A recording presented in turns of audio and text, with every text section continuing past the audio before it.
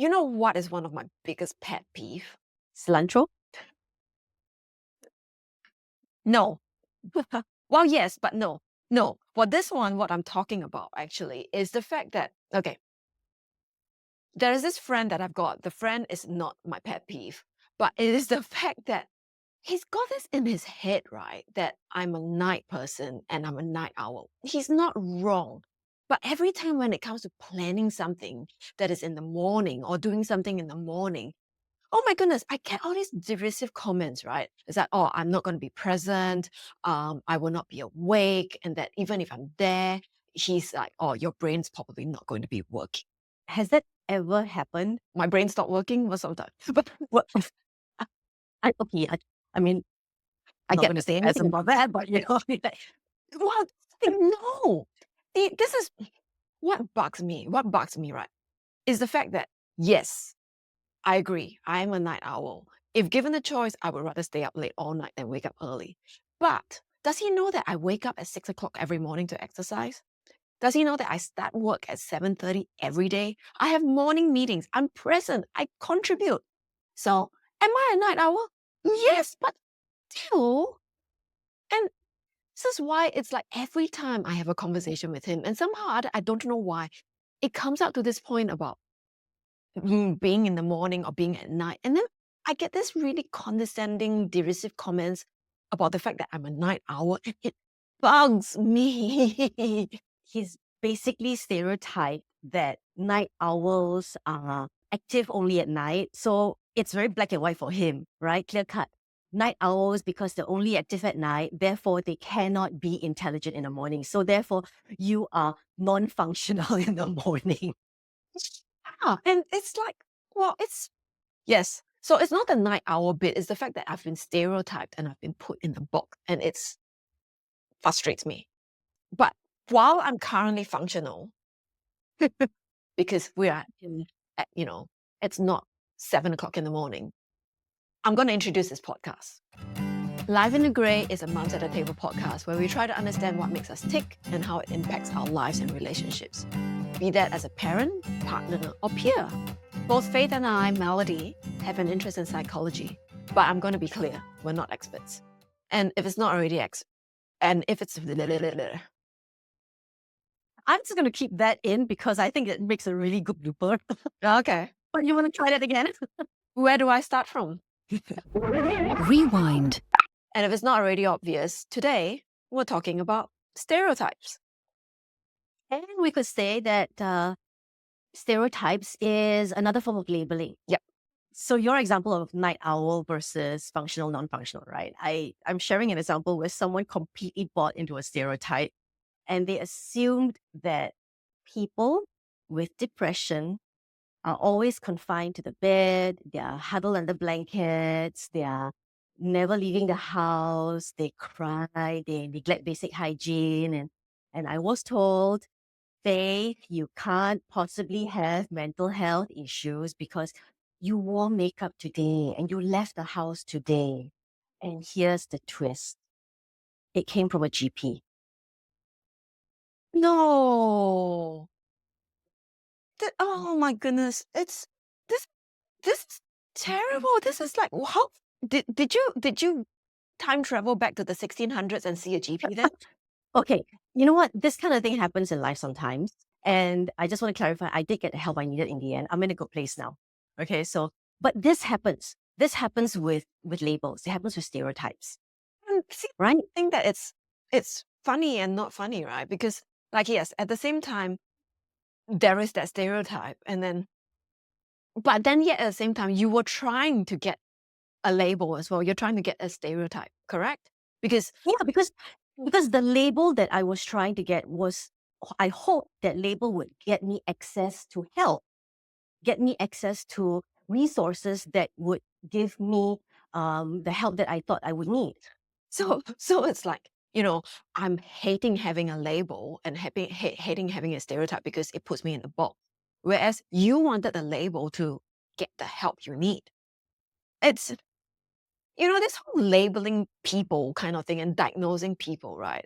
The reality is that thankfully, from your instance, it is becoming more common nowadays.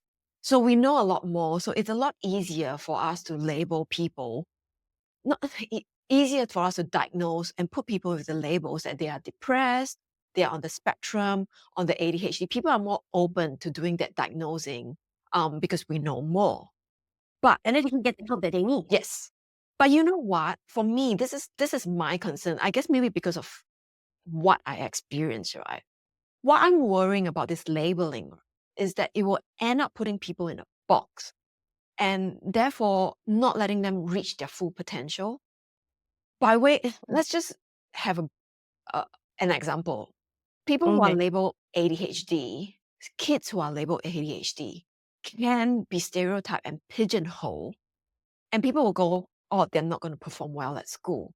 Yes, they will get the help and support that they need because they have ADHD, but there is an underlying thing that goes like, "Oh, let's support them, but they're not going to perform that well." So there's an implication that we don't expect them to um, get a high flying job when they graduate. Yeah. So it's like, yeah, let's help them, but oh well, don't expect it. Because and this is what really frustrates me about labeling people, labeling the labels. It I feel like it diminishes people. Um, there are people out there like, okay, not you and I, because we're angels, but but there are people out there who, when they find out that someone is labeled something, right? Instead of helping, they just expect less of that person. There's this phrase, right? They would if they could.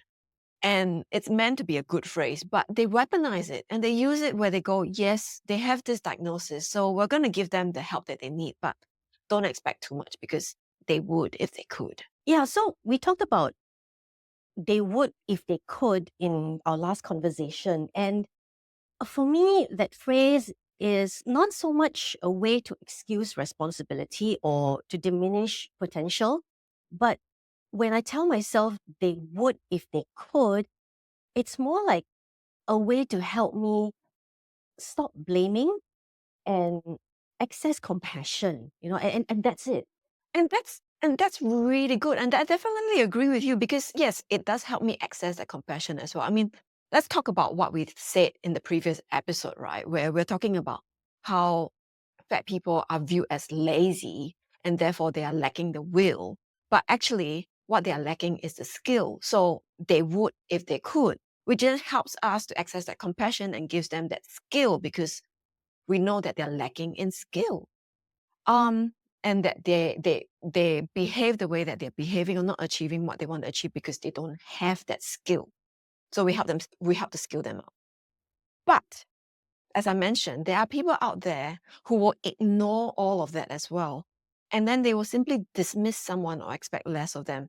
I mean, I'm going to put you at the spot here now. Because before we started recording this, right, you were going to remove some things and you were like, oh, I got to remove all of this because my spicy brain cannot handle it. And and then it's I just label like, myself. do you need to label yourself as spicy or should you just remove the things? Because to me, because I know who you are, I'm like, yes, I understand all of that. But then to someone else who doesn't know you, you've just given them the label that you have a spicy brain.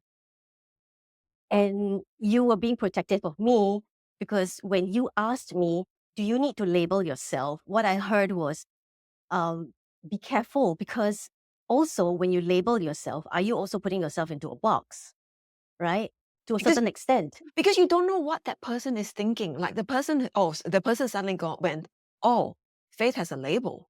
Oh, Right. are they going to access the compassionate side of things or are they going to access, the All negative, the yes, the because the tendency I've noticed is that when we approach labels, we tend to focus on the negative aspects of it, right? Like instead of going back to that whole night owl metaphor, it's not metaphor, it was a real story.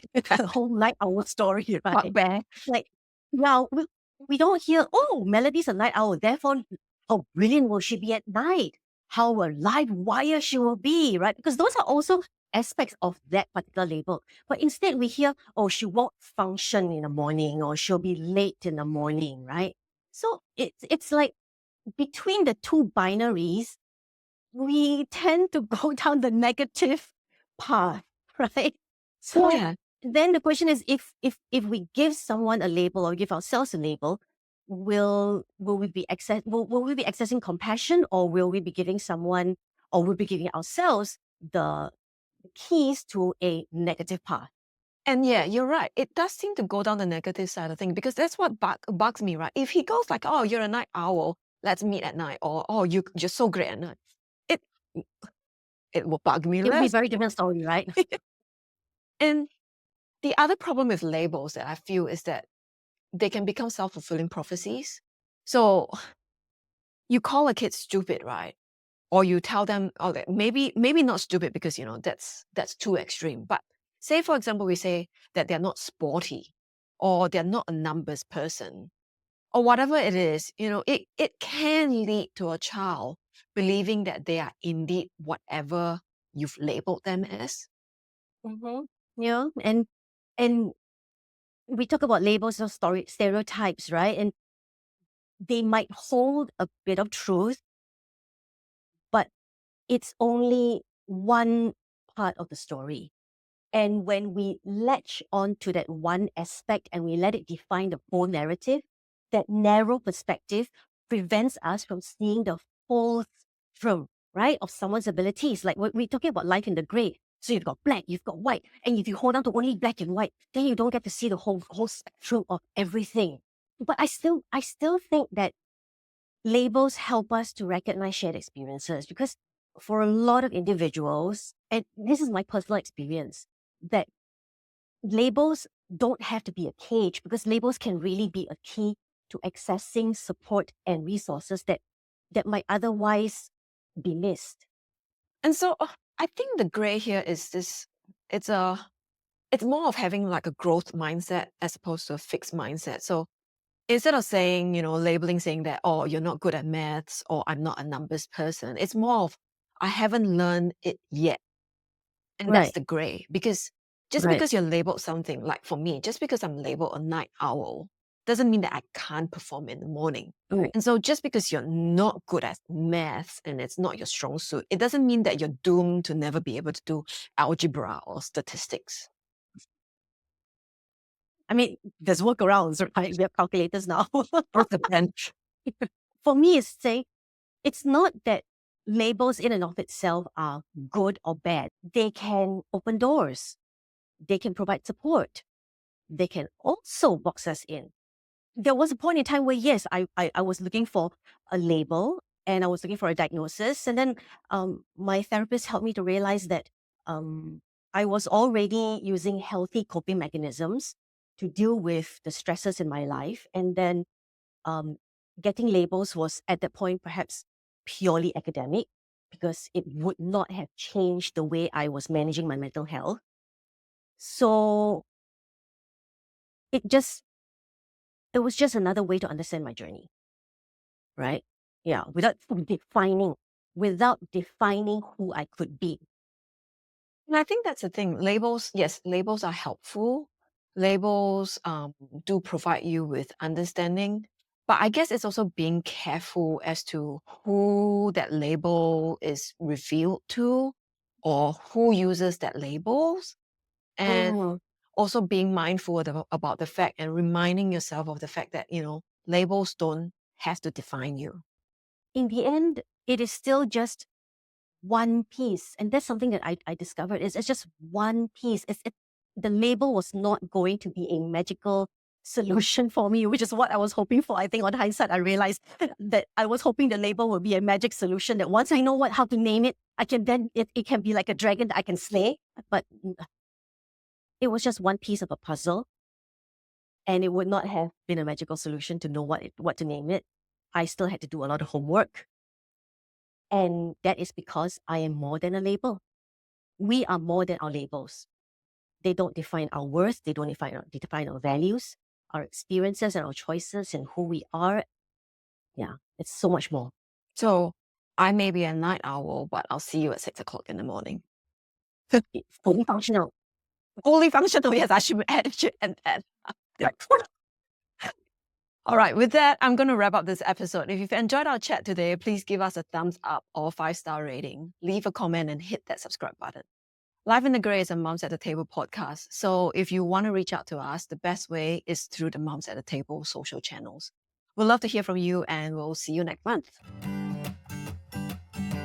Hey, this is Faye. And I'm Melody. We have a free digital 5-day self-compassion challenge just for you. If you like a copy, simply comment with the word life now. That's LIFE.